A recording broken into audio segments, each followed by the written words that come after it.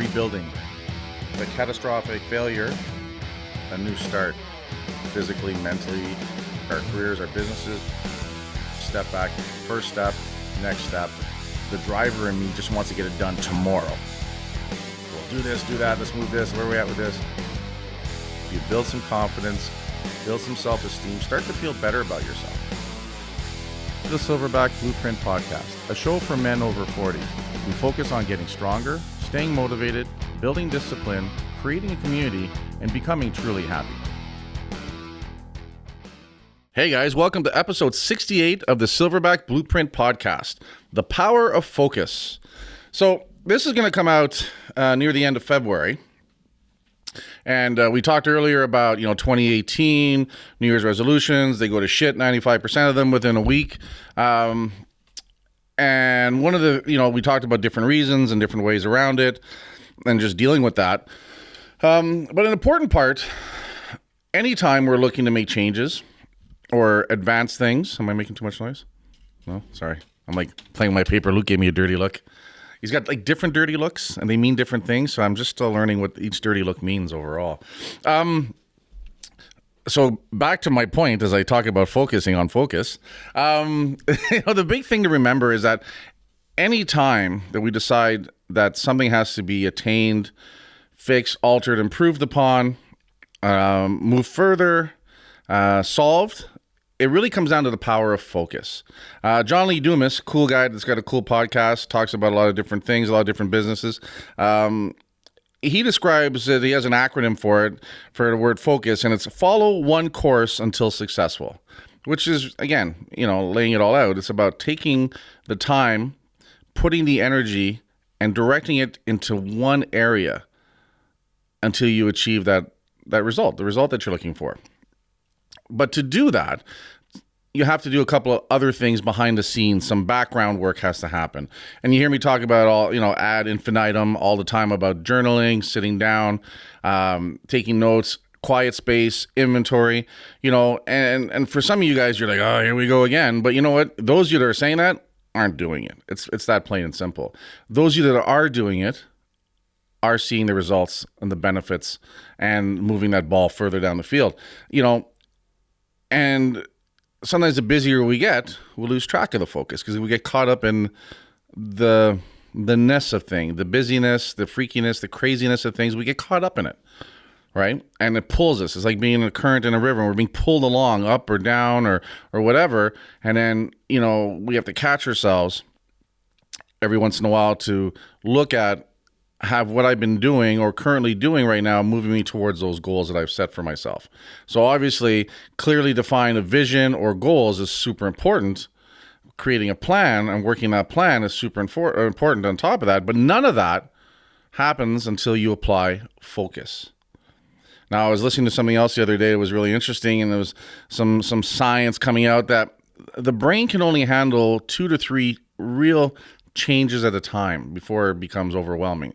And we talked about that before, saying, when people first start training at Hostile, they come in, they're all full of piss and vinegar, and they're going to change their life, and they're going to do this, and they're going to do that, and they want to start exercising, they want to start eating better, they want to start meditating, they want to start, all that stuff. And then we're always like, that's all good. Let's just spend the first 30 days getting you in here training 3 to 5 times a week. Let's make that the one thing that you start to master, that one thing that you start to integrate into your daily, weekly, monthly activity so that you can settle into it, get into that groove, your family can get into that groove, your world around you can adjust. Because if we don't let that happen, we try to do too much at once, we're going to get fought and we're going to get resistance on so many levels that it's inevitable we're going to break, right? So maybe, saying I'm going to train 3 times a week at the gym is going to require you to get a lot more organized during the day so that you have the time to go into the gym. Because what we don't want to see happen is that, I'm going to the gym 3 times a week, but, I haven't done laundry in 6 weeks, right? Or I haven't done the stuff around the house I have to, or I'm like bailing on taking the kids to hockey or whatever, right? We have to make sure that we still have those things happen. So that might mean we have to get up earlier to get some of those things done. That might mean we have to get up earlier to train in the morning so that we have our evenings free to do those things, right? But that's part of that focus. That's part of looking at the thing that you want to add to your life or change in your life and focusing down to what's that going to look like? What's that going to feel like? right? What does that look like on a Tuesday? What does that look like on a Saturday? What do you normally do on those days? Now, if you're lucky, or you're not so lucky, I don't know if luck has anything to do with it, but if you're in a state in your life where you don't have a lot of things clawing at you for your time, for your attention, for your emotions, it's a little bit easier. In fact, we usually at that point we've got voids, and we'll fill those up by, going out and playing sports, hanging out with friends, drinking, going to movies. Like, we'll fill those voids with something. So ideally, you want to fill part of that void with being healthier and fitter and stronger physically and mentally through exercise. Obviously, that's a big part of what we preach and what we believe in. But if you don't have that luxury, or you have so many things, and sometimes the more capable we are, the more we take on, or the more is given to us. Maybe you're that person at work where you always get all kinds of shit handed to you. Why? Because you get shit done.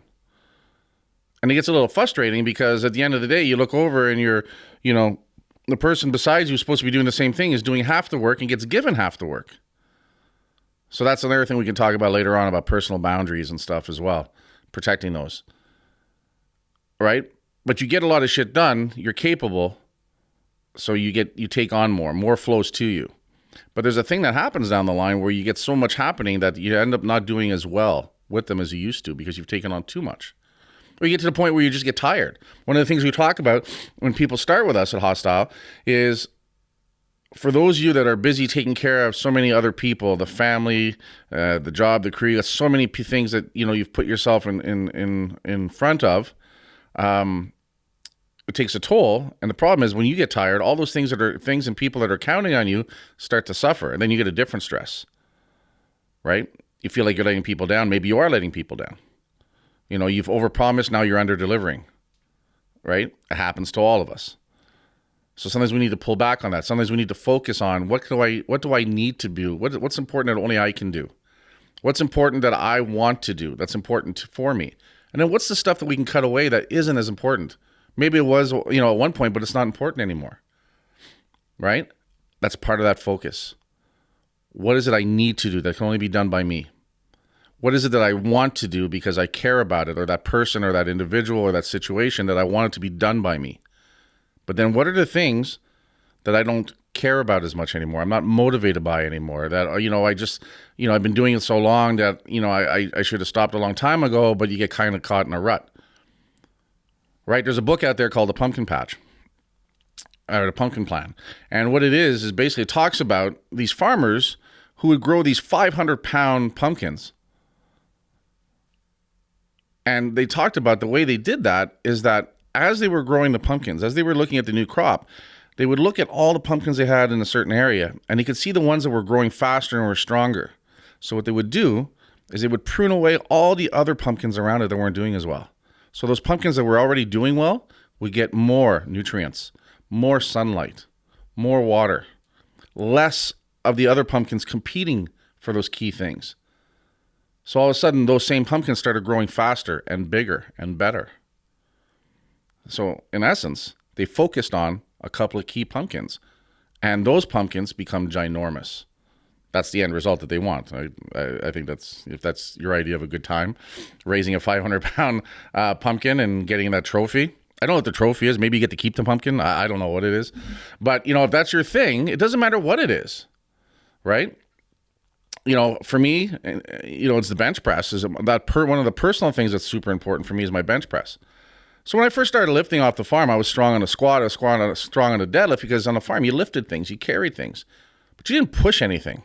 So my bench was comparatively weak. I think I was squatting 300 pounds and deadlifting 300 pounds at 19 in the gym for the first time off the farm, and I had trouble benching like 75 pounds.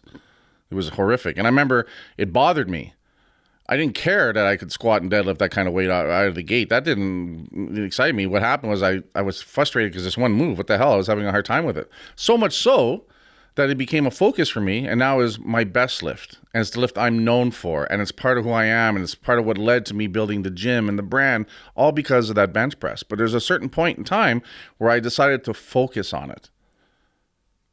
And I don't have the mental capacity, the passion. At 49 years old, I don't think I have the bandwidth physically to try to build all three lifts to the same degree. I do squat. I do body weight squats, catcher squats, mobility functional squats to keep the hips and legs strong and lower back for sure. I do deadlift now, right? Just again, keeping those areas stronger. But I mean, nowhere near the energy, the focus, the intensity do I put in those that I put in the bench press. 3 years ago, I decided to get back into the bench press. 3 years ago, I decided to get sober. I decided to change my focus on a few things. To the point now, at 49 years old, I'm benching more weight than I've ever benched before. But I focused on it. I focused on what needs to be done. I focused on being consistent with it. I focused on getting healthier all the way around it. And that's a big part of it. So there's no magic secret, right?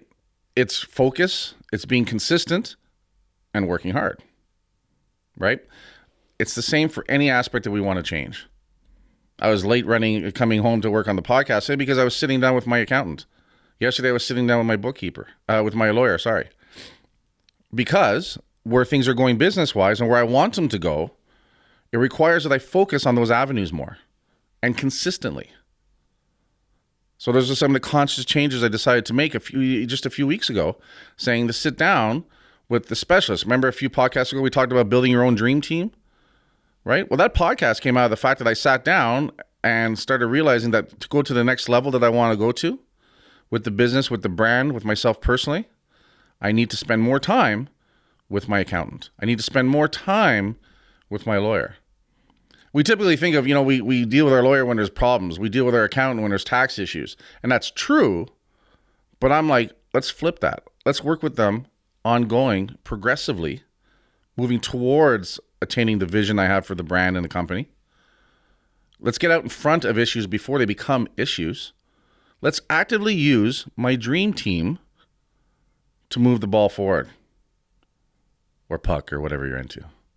Right? But again, that's part of the focus. That's part on seeing where things are going and realizing that, hey, to keep going and to go to the next level, I need to focus on these aspects overall. And that is how powerful it is. And we can make significant changes in a short amount of time by consistent focus on what is it we want to do. It doesn't matter if it's New Year's 1st, Eve, and you're making a resolution for 2018, which is come and past by now as you're listening to this podcast. We're in February. But like a bunch of people, you've probably fallen off the wagon, so start it back up. I tell people, hell, treat Monday like it's New Year's Eve. Restart if you have to. Restart 100 times if you have to, because that 101st time could be the one that takes you to where you need to go, right? So at the same time, it's never too late, but you need to focus. And you need to figure out what is it that you want to do, and then you need to focus on that plan, and then you execute that plan. And if you're focusing on it properly, you'll adjust that plan. You'll move.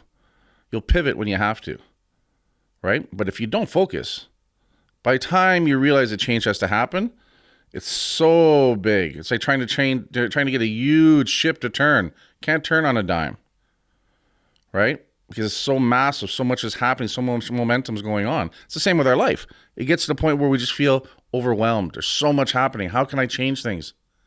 I feel like I just want to hit the brakes and change direction. But that's hard the further we are in life, right? You guys listening to me, you're over 40, 50. You've got families. You've got commitments.